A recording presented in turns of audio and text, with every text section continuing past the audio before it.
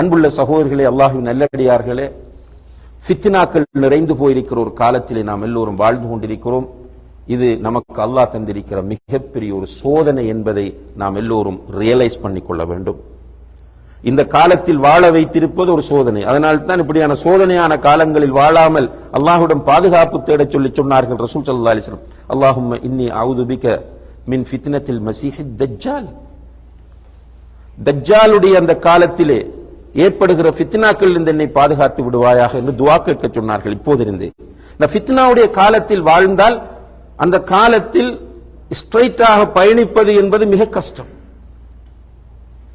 இப்ப நாம் இந்த ஃபித்னாவுடைய காலத்திலே நம்மை சுற்றி ஃபித்னா, வலது பக்கம் ஃபித்னா, இடது பக்கம் ஃபித்னா, பின்னால் ஃபித்னா, முன்னால் ஃபித்னா, கையில் ஃபித்னா, பேகில் ஃபித்னா, சுப்ஹானல்லாஹ், சுற்றி சுற்றி ஃபித்னாக்களுக்குள் இருக்கும்போது நம்மை வேகமாக ஷைத்தான் இழுத்துக்கொண்டு போய்கொண்டே இருப்பான். அவன் இழுத்துக்கொண்டு அவனுடைய டார்கெட் என்னவென்றால் அவனுடைய நண்பர்கள் எல்லோரையும் நரகத்தில் கொண்டு போய் தள்ள வேண்டும். இன்னமா யத்உ ஹிஸ்பஹு லியகூனு மின் அஸ்ஹாபிஸ் ஸஈர்.